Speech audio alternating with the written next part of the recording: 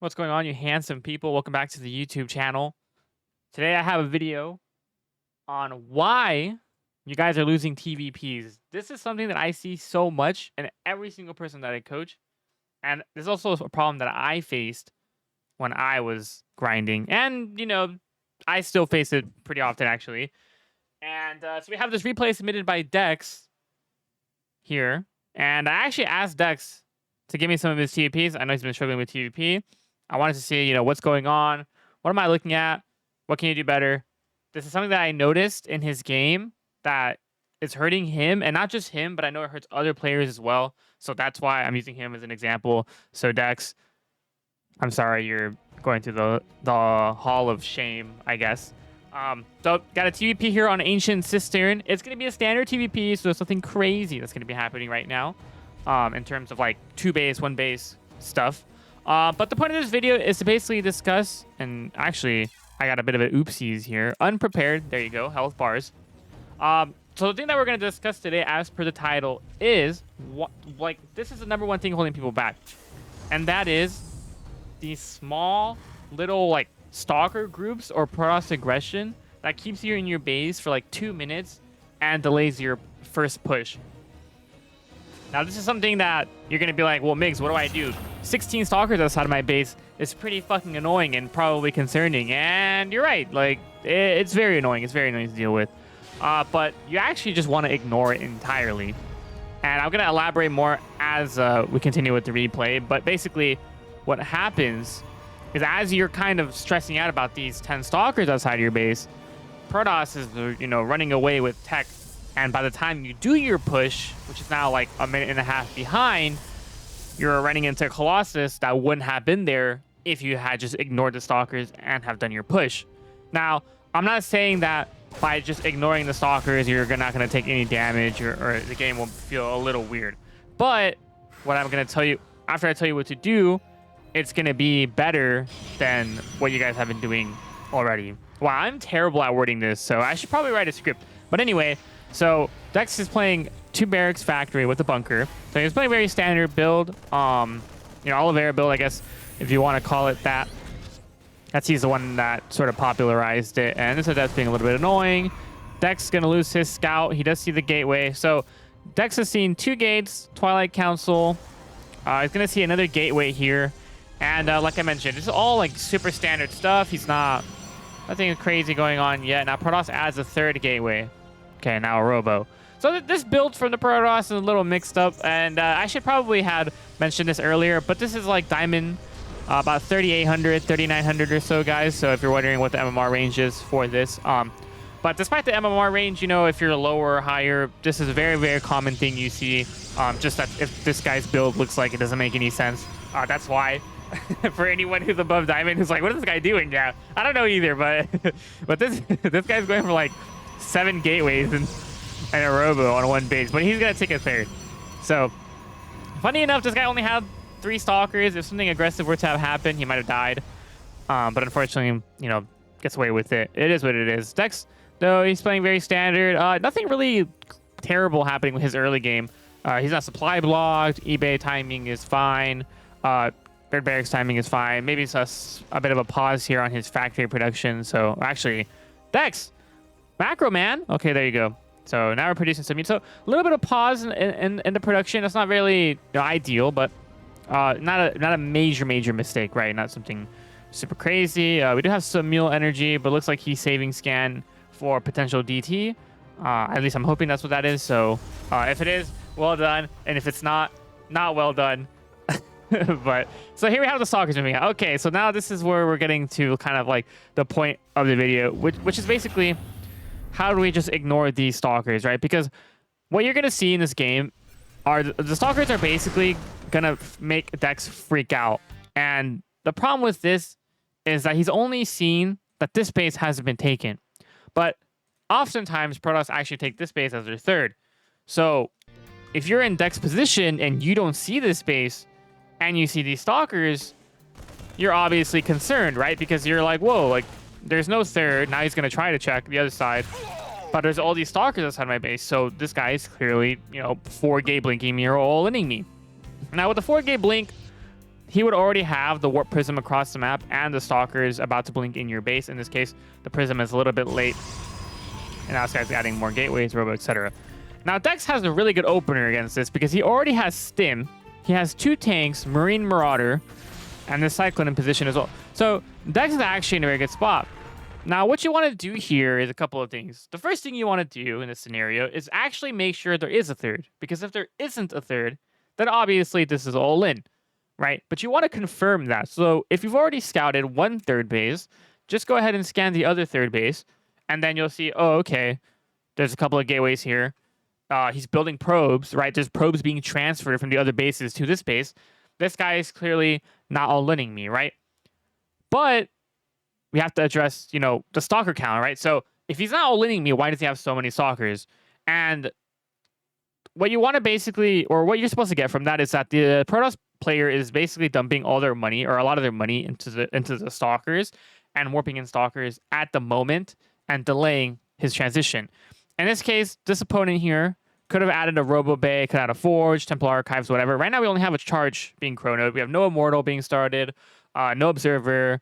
Like I said, no Forge, no Templar Archives, no Robo Bay. There's a lot of tech that's missing here. And because of that, there's obviously this person, if we look at the APM, low APM player, probably struggling a little bit with the actual multitasking, right? Because they're trying to be aggressive with the Stalkers, but it's kind of costing them their macro, right? And if they want to warp in more Stalkers, as you can see, they don't have a lot of minerals. So if they warp in more Stalkers, that kind of just delays everything else. So a very common theme at this MMR is that these Protoss players will rely on this aggression to try to keep you at home, and they will macro very poorly behind it. But because they buy so much time, like 2-3 minutes, that by the time you actually get across the map, not only is your macro delayed, right, because you're missing your third base, but then they've been able to offset their poor macro and within those 3 minutes to then be able to have a Colossus, Zealous, etc. So even with their bad macro, you unfortunately miss your timing and you just die. So what you have to do is, honestly, you have to ignore it. You have to ignore the Stalkers, okay? So first, so going back to what I mentioned earlier, sorry, it's a little bit messy. We want to scan and see if there's a third base. If there is no third base, then obviously you don't have to move out, right? Because they're all in and you just have to defend. But if they have taken a third, like their third is finished, they're building probes, they're transferring probes, and you see that with your scan, then you know that they're trying to transition and you don't need to be stuck in your own base. So what do? Okay, so Dex build is a little bit off in the sense that he could have just built 2 reactors right here, and then he would have reactor Wood Mines and reactor Starport. So, and he's also not macroing. So when you're facing this pressure, and this is like an issue that Dex has in general, which is that he just doesn't fucking build units sometimes, especially when he's being attacked. So the number one thing here, obviously, is that you want to be building army. If Dex was building army consistently right now and a couple of workers, actually he doesn't need to build workers anymore, but if he was just building army and a third base right now, he would have more army, which means if he wants to go across the map, right, not only would his army be bigger, but if he needed to leave some supply behind, it wouldn't be so detrimental because he's not already missing supply, right? In this case, he's already missing supply, so if he tries to go across the map and then tries to leave units at home, he's got even less supply for his attack across the map. So he needs to be macroing behind this. Now he starts 2 Marauders, but unfortunately, he could be doing a better job of spending his money.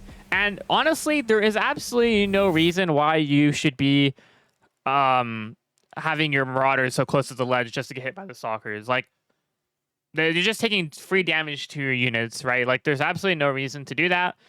You know, you're waiting for him. You want him to blink into your base with your opener because you already have Stim. And if he blinks into your main and you have Stim, he can't blink out, so you just kill everything, right? Or he's going to try to pick up with the Prism and unload the units back at the third. But, you know, like micro at this level is not great, so he's obviously not going to do a very good job of doing that, if at all. So you in this particular scenario, you would want him to blink into your base.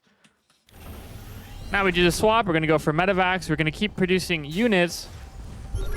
We scan for the Observer. Very nicely done, by the way. That's a very good move. But now here, you know, our Medivacs could have been a little faster, and that's okay. But now that your Medivacs are about to come out, you want to unsiege your tanks now. You can unload from the bunker, and you can kind of go across. Right here, this blink is really good for you. He picks up, flies away. Right here, we just saw that he tried to blink, right? at this point, we can move out. We can leave a few units behind, right? And what Big Gabe does is he actually rallies some units here because he knows there's a warp prism. So if he rallies his units here to defend the prism, right, his army's already here. His units are already being rallied. And like we mentioned earlier, Dex is missing some supply because his production was paused for a pretty good amount of time. So he can actually have even a bigger army than this, which means, again, like I mentioned earlier, and with some Widow Mines, right, if he had built those 2 reactors together, he could have had a little bit of army here with those 2 mines, and he might just shut down this warp prism entirely. You know, the alternative is you could go after 2 medevacs, you could go medevac Viking here, so medevac Viking, and then you rally the Viking here, and that could help with the prism. But as you can see, this guy's army is literally just Stalkers. So if we open the army supply, look how much more army supply we have. I mean, this is insane, right? Like, if Dex decides to just go across the map, he's probably going to win. Now, here comes the question of the prism, right? So, you know, if I go across the map and I attack and I ignore the Stalkers, sure, but what about the warp prism? And, well, we already talked about rallying the units down here. But the second thing is, whatever he builds at the warp prism, that's going to be army that he could have had with his Stalkers, right? So if he's warping in units to counterattack you, that just means he's going to have less army at home to defend your push. So it's going to make your push a little bit stronger. And naturally, you're going to have an army coming out anyway, assuming that you're building units. So whatever army is coming out here can help kill the Zealots. But this is something that happens a lot, which is that, again, like I mentioned earlier, people just stay at their base too long. Now this guy is kind of bullying you. The prism shows with the Zealots. Now you're not building SCVs again, right? You just lost some. We're not building army. And now we run away with the Stalkers, and we send 2 medevacs. But now look what's happening. Our opponent's taking a 4th. First Colossus is going to come out now. Still no thermal lance, but we're just sitting in our base. And this is not good. So a push that could have hit at like 6:45 is now hitting at like 9 minutes. Right? And now we have 2 Archons coming out. We still haven't landed. We're barely landing our 3rd. We're landing our 3rd, but now we need to build SCVs to saturate that 3rd. So we're not doing a good job of doing that. This Viking is nicely done. Shut that down. And even here, honestly, if this drop were to be with this main army here, you could defend this. You could actually fight this, right? 2 tanks with the Colossus. You have +1 attack. So you have some upgrades, right? Our army is a little bit split up here. And now we get overwhelmed on one side. This side is doing a lot of damage here, but we're not macroing behind this. So we need some SCV production, right? You killed a lot of workers, and you have 51 workers. But basically, to just reiterate again, while Dex is not necessarily dead, he's definitely falling a little bit behind. And if we put the macro aside, this really could have been a win if we would have just hit our timing a little bit earlier. And like Stalkers in a straight up fight just suck. You put the Marauders in the front of your army as you move across the map, and you're doing damage to the Stalkers as you're pushing across, even if they're kiting you. And then, you know, like I mentioned earlier, you can rally down here. You could also even build a missile turret here ahead of time. You know, if you know you're going to push at 6:45, build a missile turret at 6:30. And while the missile turret may not kill the prism, it could act as a deterrent, or if there's enough damage to the prism that as your units come out, you can finish it off, right? Or if that Viking, you build that Viking, you finish it off. Now, unfortunately, Dex here, very inconsistent with the macro. We need to drop some more mules here. Do kill a lot of probes, but the Protoss player is doing a good job of rebuilding those probes, so they're actually cranking out probes. Rebuilding workers after losing them is something that a lot of people struggle with, and actually, so that definitely could have been a possibility of this Protoss not building workers. Now, good aggression from Dex again. I like what I'm seeing here, but I do feel again that we could be building a lot more SCVs, and we could also be doing a job of spending our money. We got a decent army coming out, and then we send the medevacs back home. And like, you know, macro hasn't been perfect, but he does have a pretty decent army, right? We have a pretty decent army. How many Vikings? We have 7 Vikings, there's 3 Colossus, 18 Zealots, 6. So our army here is actually quite good, and I do like it.